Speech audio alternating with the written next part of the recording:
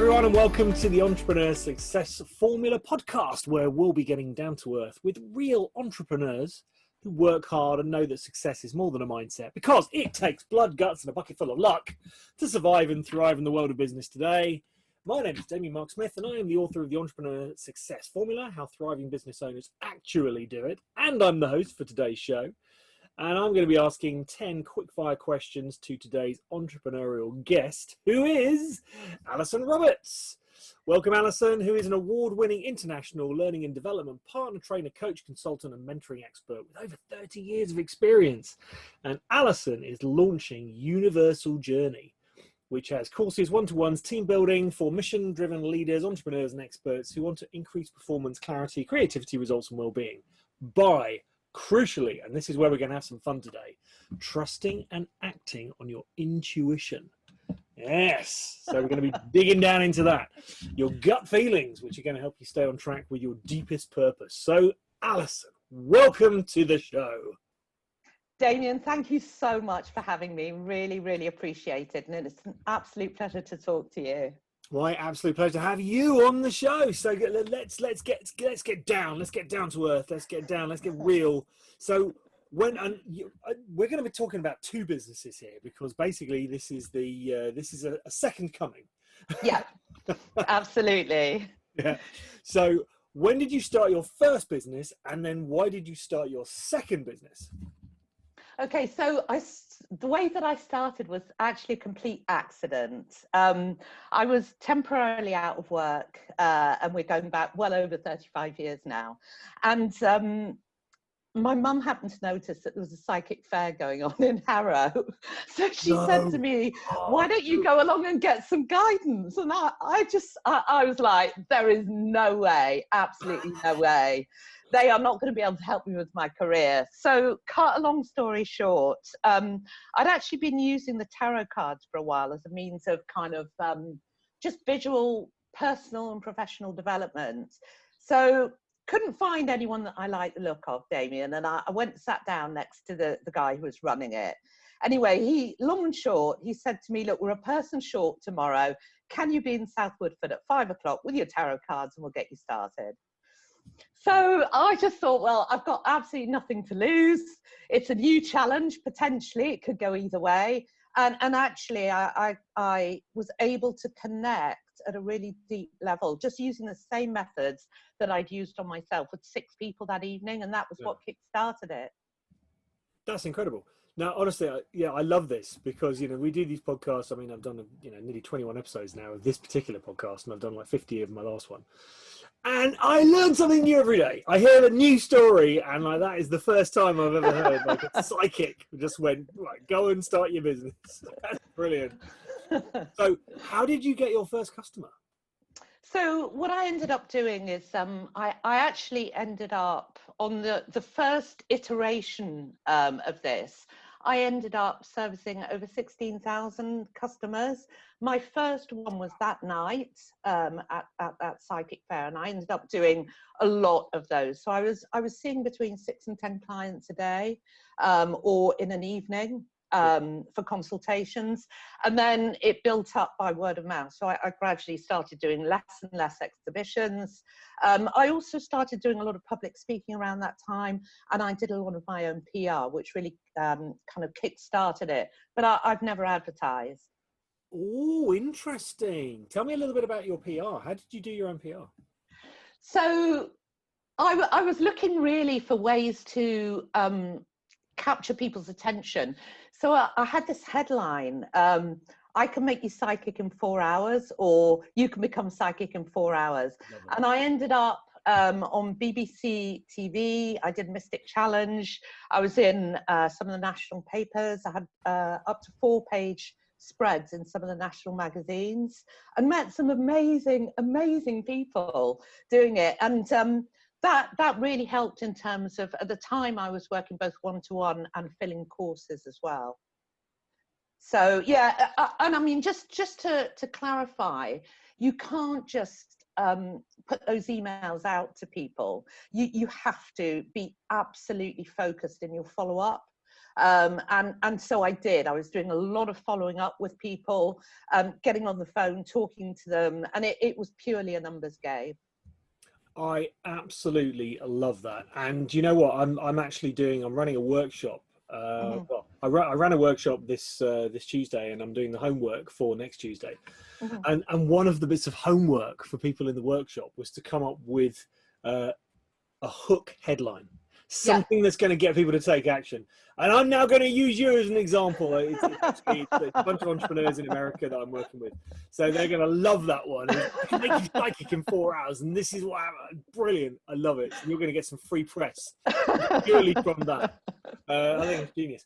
So tell me a little bit about your second business, which is obviously the universal one, which we're talking about, Universal Journey, which we're going to be talking about today. So that really is, so I paused that, and I'm a single mum, and I paused it to bring up my son, and that was a very conscious decision. And I also, at the same time, interestingly, because things were on a real high with that business, and I quickly realized that I couldn't keep up the same level of activity and focus whilst bringing up my son. So although I paused it, I also felt that it had really reached its final iteration, if you like. I knew I wasn't going to say goodbye to it forever, but I definitely felt like I'd reached the end of the road with it. So now I'm taking that body of work, which is essentially something that I started around the age of 16 and have developed ever since. And I'm taking that back now into the marketplace, backed up with really good ad spend for maximum visibility. And it's just going to be, I suppose, in the interim 20 years, I've grown and changed as a person. And so the new body of work will reflect that. Mm-hmm. So on the basis that you haven't actually got a customer yet, how are you going to get your first customer? I mean, you said advertising, which is perfect at the moment. So yeah. So yeah, there's going to be some ad spend. What I've done is I just made a very split-second decision last Tuesday that actually you can really overthink this stuff. There's no right time. And so I just put out an ad, a post actually on Facebook and LinkedIn, which is part of the reason that, that I'm here now talking to you. It trended on LinkedIn. It got nearly 2,000 views. wow. And I'm still interviewing people to interview me. So my goal initially is just to get my body of work out, visible in the marketplace, and to really draw on the experiences of people who are very open-minded but skeptical at the same time, and who are prepared to challenge me, because in challenging me, I'm hoping that it's going to challenge other people's preconceptions about what this is. So that's where I'm going. I do have big plans, and I've been planning this actually for the last 20 years, whilst it was kind of put to one side. So on the basis that there's interest, I will resume teaching again, working one-to-one, and doing everything that you currently see on my website, but slightly different. So there you go, everyone. There's a really perfect example of a funnel that worked, right? So Alison reached out and she said, like, who wants to interview me? And of course, we got the podcast, and I was like, yeah, I'll do it. And we had a conversation, and this is where we are now. And so this is a really good example of a funnel that works. You just got, good is good enough. Just get out there, have a conversation with people, and get yourself out there. That's really, really crucial. So thank you so much for that, because that in itself was a nugget worth the podcast. So what has been the biggest mental challenge you've had to overcome as an entrepreneur in general? So I think there are a couple actually, Damian. So I was thinking about this before I came on, and I think the first one was frustration, because when you get really good at something that you do, you feel like you're plugged into the mains, and it's electrifying. And to have to put that to one side by choice for the length of time that I had, at times was extremely frustrating. And I know that that did bubble over into my personal life. I'm not proud of it.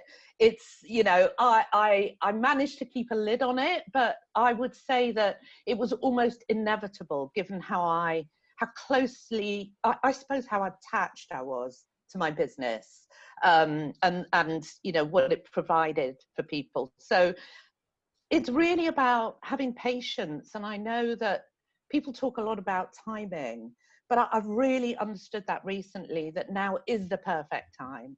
Yeah.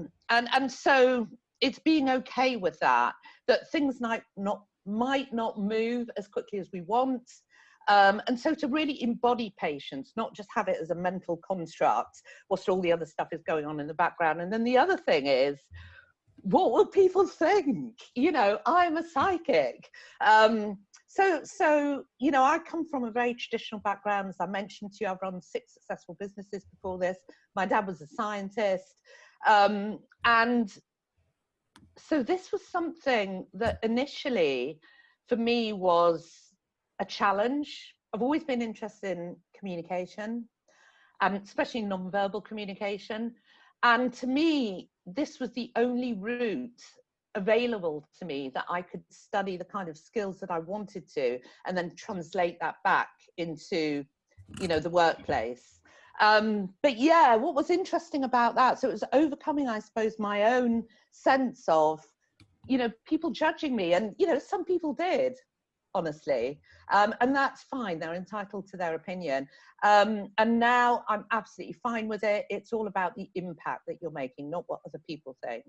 Brilliant. And so the next question, I think you've already answered, because it's, if you had to start all over again from scratch, which you are doing, what's the first thing that you would have done differently? Which I don't know if, well, did you do it differently to the first time? I mean, you know, the fact that you've reached out there and you've asked people to interview you and you're doing advertising and it's working already, is that something that you learned from doing it first time around, or is that something you learned later on in the first businesses that you launched?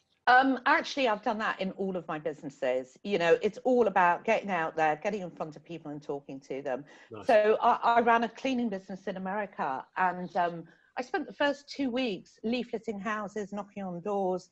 And by the 3rd week, I was fully booked for 1 week. And by the end of the month, I was fully booked for 2 weeks. So there's no excuse, you know, if you're serious about your business, you have got to be prepared to get out there and talk to people and be visible. I love it. And you know what? There's already so many nuggets, and we're only 3 questions in this one conversation. I absolutely love this. Now, here we go. So if you're in charge of UK business right now, boy, do we need someone to be in charge of UK business right now, Boris. Yeah. What legislation would you introduce specifically to help entrepreneurs, new business owners, obviously people working for themselves, I guess? So from my point of view, I'd love to see more free support, especially at a local level. And what was really interesting is that as I was thinking about this, I started doing some research online, and I noticed that SFEDI, which is SFEDI, are currently offering that. That's just come through in the last couple of days. Nice. I'll put the link. So has Entrepreneur Nation. Again, in the last couple of days, they've partnered up with Amazon, and they're offering free support on a tiered level. Nice. But coming back to local support, I'm actually a mentor on a really interesting program called iCure, which is run by Innovate UK. And what they do is they give early stage researchers who have a STEM background up to 35k free money for 2 months to go out and validate their brilliant business idea. I would love to see that translate into other areas rather than just STEM. And then I think the other thing for entrepreneurs, and again at a local level, would be for councils to give people the option of attending free roundtables, stroke masterminds, where you could collaborate, share best practice, as a startup and also as an interim business. So, you know, it's at that point where you kind of go into that second phase of your business, and you're really interested and fascinated in getting as much creative input as you can to add value to different areas of your business. So to be able to sit around a table with like-minded people, I think is priceless. I would love you to send me the links to those I will. resources, because I'm going to include those in the show notes, because I think that's brilliant, and I think it's absolutely genius. Yeah. And actually, I do have a couple of clients who would be very interested in the stem cell one as well, because they're working with companies out of Oxford University at the moment. Amazing. So, what has been your? I see we've already answered this one, but I'm going to get you to repeat it because it was so good. Right. So what's been your, well, actually, no, I'm kind of leading the witness here, but what has been your best marketing tactic and why? I know these ones are the ones you started with. So maybe, potentially, you have another marketing tactic that you bring on further in. But what has been your best marketing tactic and why? Ooh, I think actually, so over and above the PR and word of mouth, like I say, I've never advertised in any of my businesses. I think if you kind of step behind that, you know, part one is mindset, and to me, I've always been about service. That is where it begins and where it ends. Am I providing enough service? And so I guess following on from that, one of the most underused tactics is to actually ring up your best customers. And I interviewed them. I've got a series of 10 questions that I used to go through with them. And I used to pay attention to things like their language, what they got out of it, why they decided to join in the first place, who they would recommend and why. And then I used to roll all of that out in my marketing and my sales conversations. Nice. No, I love it. You know, understanding your ideal customer is absolutely crucial. And it's something that we don't do enough of because they love us anyway. Yeah. And one of the things I actually recommend is like, get hold of your best customer and say to them, look, I just need to interview you because I'm basing a complete program on you. And I'm even going to call it after you. And they love that. But also like, hey, what's your favorite wine? Because I'm going to send you a case of it. And they're like, oh, great. Okay. When do you want to have a conversation? Let's meet. Let's have lunch. Oh, yeah. When we used to be able to do that. No, I love that. That's brilliant. What is your favorite business book and why? Okay, so my favorite business book was actually written in 1926 by a guy called George S. Clason. And it's called The Richest Man in Babylon. And it basically details 7 financial principles for making and saving money. Mm-hmm. And it's a fantastic book. It's written as a sort of fable 4,000 years ago in Babylon. So it covers things like if you're in debt, live on 70% of what you make, save 10% for yourself, and use the remaining 20% to pay your debts. And I've lived by those principles. And it's also just a really wonderful read. It's sold millions of copies. Highly recommend it. I love that. That's brilliant. And I'm building a nice little list for our listeners as well of all the favourite business books. What is your morning routine, Alison? Okay, so I do a lot of self-reflection, and what I tend to do is that at the end of every evening, I look back over my day, and like today I've delivered, 2 lots of virtual trainings, been on a number of meetings. And so I look back over that and I ask myself a few really direct questions. So what went well? What didn't go so well? What do I think I could have done better and why? And what will I do different in the future? And what that does, it informs my goals for the following day alongside some really, I think of my goals for the following day in terms of being realistic, relevant, and doable.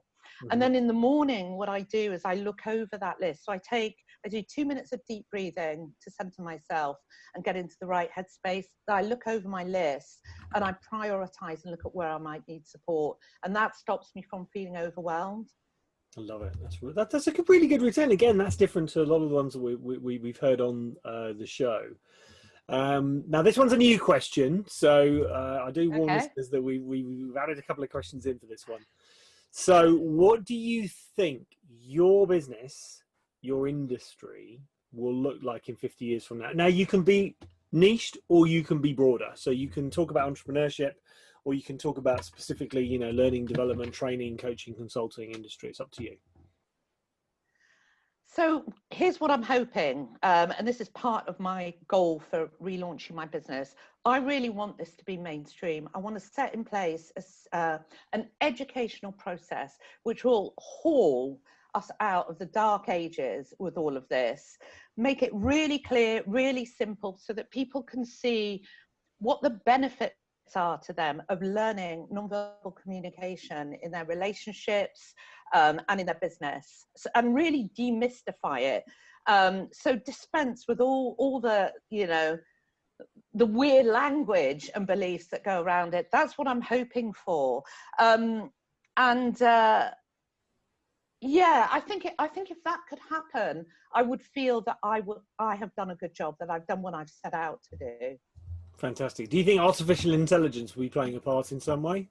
Oh, 100%. I am absolutely passionate about AI. And in fact, there is an amazing podcast that I recommend. It's run by Google DeepMind, and it simplifies AI from beginning to end and covers some of the DeepMind research that Google are doing at the moment. So if you want something simple and powerful, I highly, highly recommend it. Fantastic, and I'm going to put the link to that as well, specifically in the in the show notes. So that's brilliant. Thank you. Now here you go. Here's a lovely bit for you. What is your favourite business or entrepreneurial movie and why? And if they made, so this is kind of like a 9 and 9A, and if they made a movie about you and your business, who would play the starring role? All right. So this is a film I saw quite a long time ago. I don't think it was a major hit, but it had a really big impact on me. It's called Joy, and it's the story of Joy Mangano, who overcame an enormous amount of personal and professional challenges to go on to launch something called the Miracle Mop on QVC, and she became a multi-millionairess. So yeah, look it up, highly recommended. And then who would play me? Well, she's got the wrong hair color, but Britt Marling. I absolutely love all of the films that she's done. She really pushes the boundaries within Hollywood, and she's got the clout to do it. So yeah, absolute kudos as far as I'm concerned to Britt Marling. Fantastic. And lastly, what are your plans for expansion or exit? And sometimes we have that because, you know, if you're building a big business, you know, you need to have an exit strategy as well.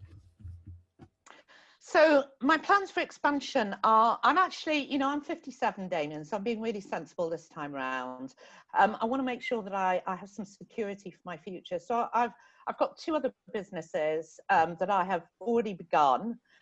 For me personally, and they are going to provide me with a residual income so that I've got plenty of capital, which is building on the side in order for me to launch my business in the way that I would like to. I'm looking to get maximum visibility. We've talked about that already. I'd like to take my business into corporate and pick up where I left off. So for example, you know, the last iteration of this business, I worked with Gartner, and I worked with their sales team, and one of the guys achieved 103% of his quarterly sales target in the first 2 weeks of the quarter. Wow. And all I did was teach them deep listening skills. So I'd like to pick up on that and really drive that through corporate. And I think also start to, you know, whenever I launch something, especially something like this, I tend to be very conscious of putting it into practice in my day-to-day life. So make sure that everything that I'm building into my courses is echoed on a day-to-day basis. So I've got plenty of examples and stories to build into my material. I love it. Alison, you've been an absolute pleasure to have on the show. There's been some absolute Thank you, Damian. golden nuggets in there. And if our listeners want to get in touch with you, how can they do that? So if you go to universaljourney.co.uk, as I said, it needs some updating. I'm currently in the process of doing that. Or you can reach me on alisonroberts007@hotmail.com. That's my email. By all means, feel free to get in touch. I would absolutely love to have a chat with you.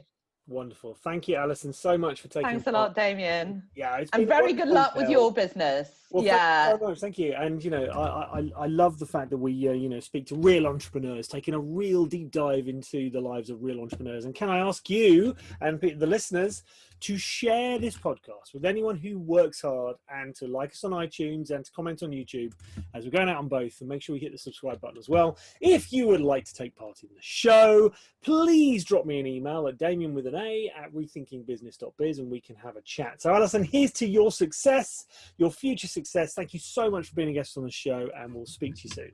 Likewise, Damian. Thank you. All the best. Thank you.